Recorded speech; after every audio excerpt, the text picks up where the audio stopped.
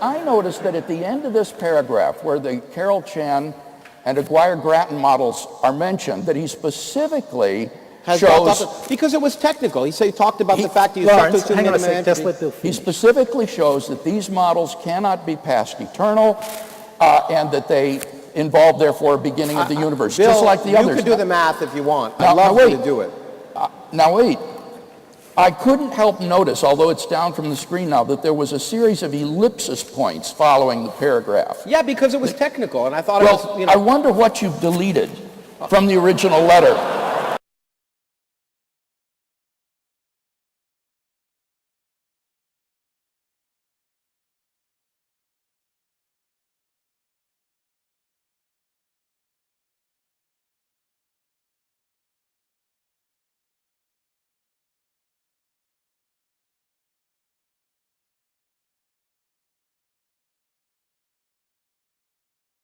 I'm going to try and end in 1 minute with another statement that Dr. Craig has made. Because for Dr. Craig, the beginning of the universe is very important. Because if it had a beginning, he believes it must have come from God. And he quotes a theorem due to a few friends of mine that basically says the universe, if it's expanding now, as we measure it, had to have a beginning. And he argues that that's irreconcilable with anything else. And as we argued in Brisbane, I said that's not true. And he said, no, Alex Vilenkin, one of the authors, has recently shown it's true. So I wrote Alex, who's a good friend of mine, and he just emailed me. And he said, only theorem is only as good as its assumption. There's a loophole for contraction, product expansion, and there's no such thing as absolute certainty in science. Note, for example, the BGV theorem uses the classical picture of space-time. In the case of quantum mechanics, it's out the window. And at the beginning of the universe, that's when quantum mechanics matters.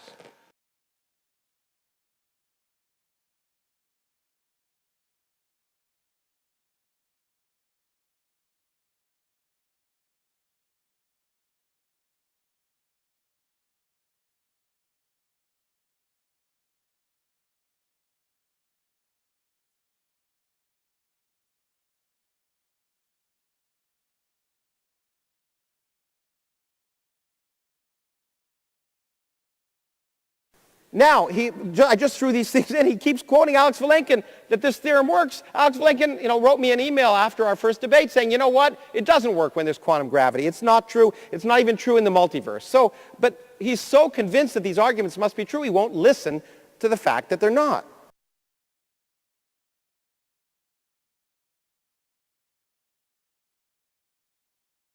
Well, I'd like to see this, again, this private email put up on the screen to see who has misquoted Vilenkin. Well, I put it up there so he would quote himself. That's better than actually quoting him, I generally find. Okay, that's it, isn't it? Okay, all is right. it up here? Yeah. Okay, now notice it says, a theorem is only as good as its assumptions. The BGV theorem says that if the universe is on average expanding along a given world line, this world line cannot be extended or cannot be infinite to the past.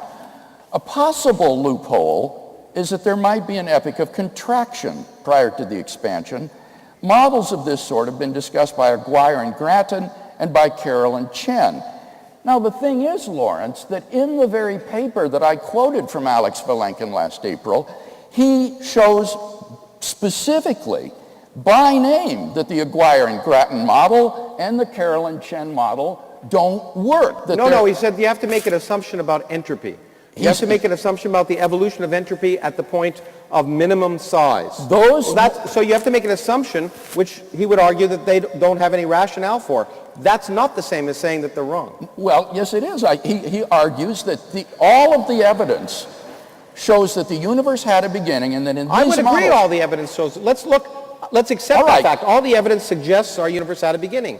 But we don't know. That's what I keep telling you. Knowing and suspecting are two vastly different things. I'm never saying that this is known with certainty. This is a mischaracterization on your part.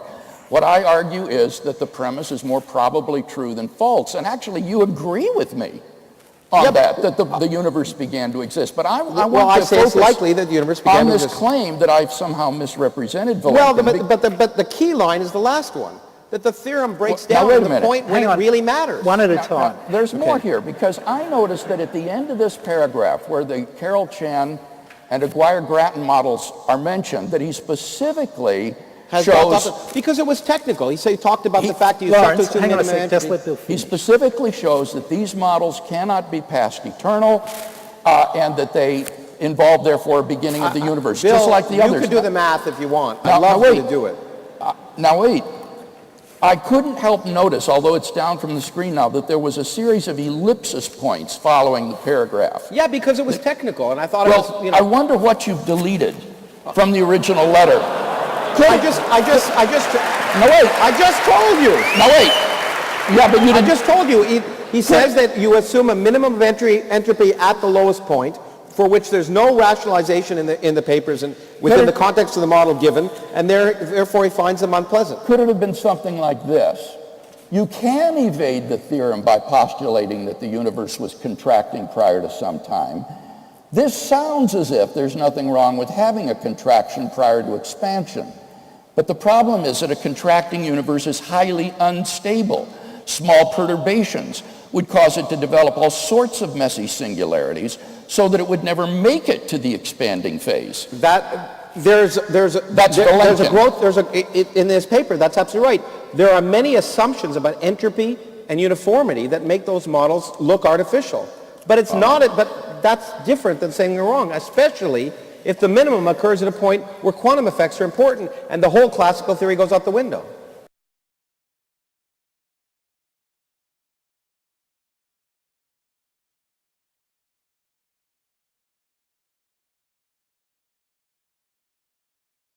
Now, I just threw these things in. He keeps quoting Alex Vilenkin that this theorem works. Alex Vilenkin, wrote me an email after our first debate saying, you know what? It doesn't work when there's quantum gravity. It's not true. It's not even true in the multiverse. But he's so convinced that these arguments must be true, he won't listen to the fact that they're not.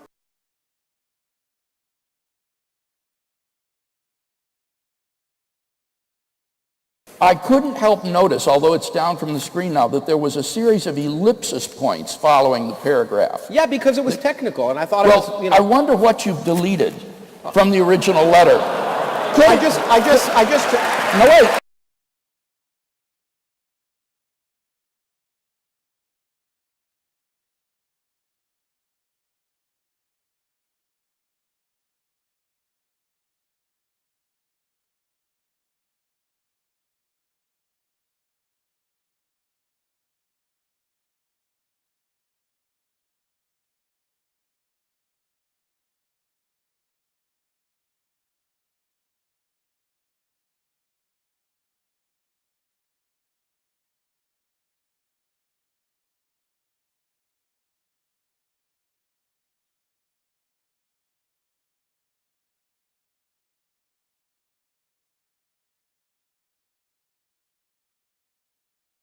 because it was technical.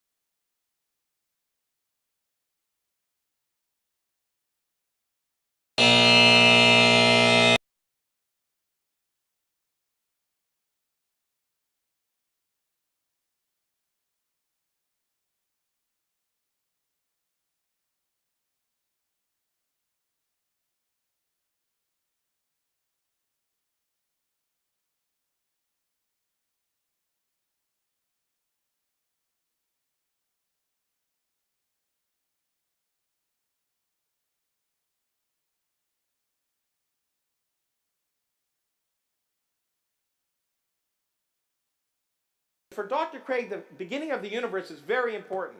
Because if it had a beginning, he believes it must have come from God. And he quotes a theorem due to a few friends of mine that basically says the universe, if it's expanding now as we measure it, had to have a beginning. And he argues that that's irreconcilable with anything else. And as we argued in Brisbane, I said that's not true. And he said, no, Alex Vilenkin, one of the authors, has recently shown it's true. So I wrote Alex, who's a good friend of mine, and he just emailed me. And he said, only theorem is only as good as its assumption. There's a loophole for contraction, product expansion, and there's no such thing as absolute certainty in science. Note, for example, the BGV theorem uses the classical picture of space-time. In the case of quantum mechanics, it's out the window. And at the beginning of the universe, that's when quantum mechanics matters.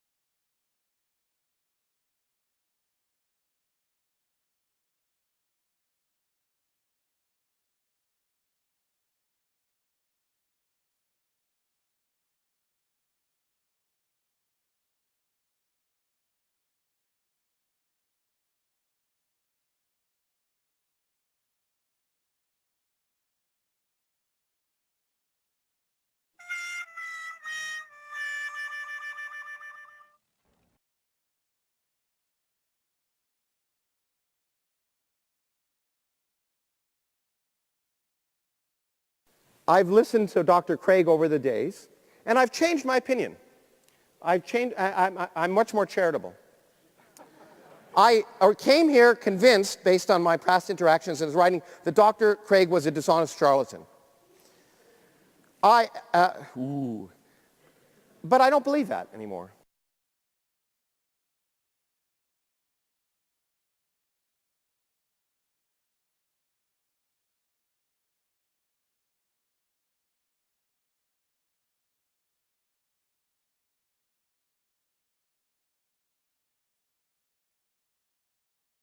You know, Bill, knowing that Lawrence Krauss is friends, colleagues with Alexander Vilenkin, you knew your stuff, and to present Vilenkin's material, knowing that Dr. Krauss would know the material. Yes. I appreciate you saying that, Kevin, because I was very self-conscious in doing this. It would be easy in dealing with a physicist for me to hide behind philosophical arguments against the infinitude of the past, or to present ontological arguments for God's existence that would be outside his area of expertise. But for the sake of an interesting dialogue on this, I chose to lead with the science. I put my neck out and said that there is better scientific evidence to believe that the universe began to exist than that it did not. And similarly, that the scientific evidence supports that the best explanation of fine-tuning is design rather than chance or physical necessity. So I was arguing quite self-consciously in Krauss's area of expertise rather than trying to hide in my area, philosophy, where he would be on less familiar territory. Wow. And as I notice here, Bill, I don't even think you'd use the argument, the impossibility of traversing an actual concrete infinite. Didn't even appear. Yeah, I mean, that's the killer one. That's the main reason I believe in the finitude of the past. It's not these scientific arguments. I see them as mere confirmations, empirical confirmations of an argument already reached by philosophical argumentation. Was there an opportunity to respond to this first argument? Yes, there was. And this, I think, Kevin, is one of the most interesting features in this whole remarkable series of 3 dialogues. In the Sydney dialogue, and then again in the Melbourne dialogue, Dr. Krauss put up a PowerPoint slide of a private email message that he had received from Alexander Vilenkin, whose theorem I quoted in support of the beginning of the universe, ostensibly claiming to undercut the evidence for the beginning of the universe. And of course, since this is a private, unpublished letter, there's no way to check its accuracy. And therefore, it makes it difficult to respond to such a thing. Now, someone took a cell phone photo of the PowerPoint in the Sydney dialogue, and I had a chance then to look at it and analyze it before the Melbourne dialogue. And what I noticed were some very suspicious and interesting features of this. In the opening paragraph of this letter from Vilenkin, he says that a possible loophole around the Borde-Guth-Vilenkin theorem is that there might be an epoch of contraction prior to the expansion. And in this way, the universe would not have been in a state of cosmic expansion on average throughout its history if you had this contracting phase prior to the expanding phase. And the email message says such models have been discussed by Aguirre and Grattan and by Carroll and Chen. Well, immediately my antenna went up because I thought, these are the very models that Vilenkin discusses in the paper that I quoted from, that he presented last year at Cambridge University, in which he says none of these scenarios can actually be past eternal. And he shows specifically by name why the Aguirre-Grattan model and the Carroll-Chen model do not succeed in restoring an eternal past.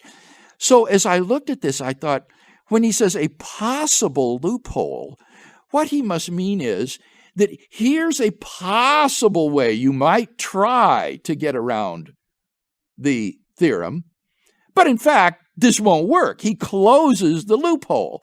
That's what he does in the paper.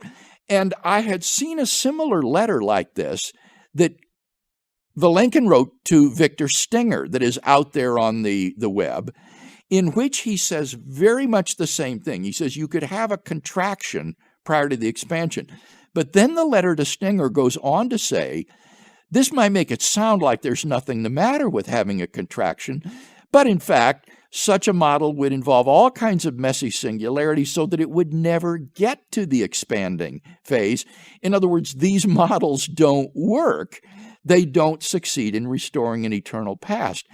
And I thought, that's what he meant when he said a possible loophole. And that's then, Kevin, when I noticed the ellipsis points in the email message that Krauss reproduced. Yes, ... indicating material had been deleted from this email. And I thought, Krauss has omitted some of this letter. What did he leave out? Could it have been a qualifying phrase similar to what he offered to Stenger? Well, I had no way at that time of knowing because I didn't have the original letter. But in the Melbourne dialogue, I confronted Krauss on this, and I said, in the paper at Cambridge, these very models are mentioned by name as not restoring a past eternal universe, and I wonder what you've omitted from this letter by Vilenkin. And Krauss's response was technical material. And he said this more one. I told you technical material. Well, in fact, Kevin, it wasn't technical material. I have now obtained a copy of the original letter. Alex Vilenkin has sent it to me. And can I read you the 2 sentences that are deleted from the letter? Please. Okay. He says, models of this sort have been discussed by Aguirre Grattan and by Carolyn Chin. And then here's the deleted sentences. They had to assume, though, that the minimum of entropy was reached at the bounce and offered no mechanism to enforce this condition. It seems to me that it is essentially equivalent to a beginning. Uh-oh. Yeah. That second sentence would have been devastating for Krauss to quote in the dialogue. Vilenkin's whole point is that these models are equivalent to a universe with a beginning, in that they have a universe in which you have a minimal entropy state from which two arrows of time go out.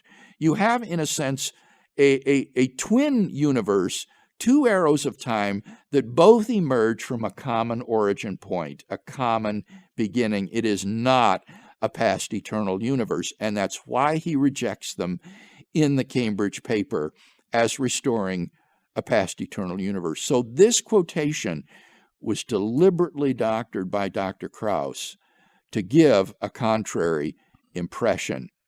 And I find this so ironic, Kevin, in light of Krauss's opening remarks in Brisbane about the need in science for honesty, transparency, and full disclosure, which he then, in the severest terms, criticized me for violating, when in fact it turns out that it was Krauss himself who was doing this. Oh, yeah. I mean, and that would scare me to death. It would scare me to death if I'm on stage like you were and I present Vilenkin's material, and then my opponent stands up and says, well, here is my personal email from Vilenkin.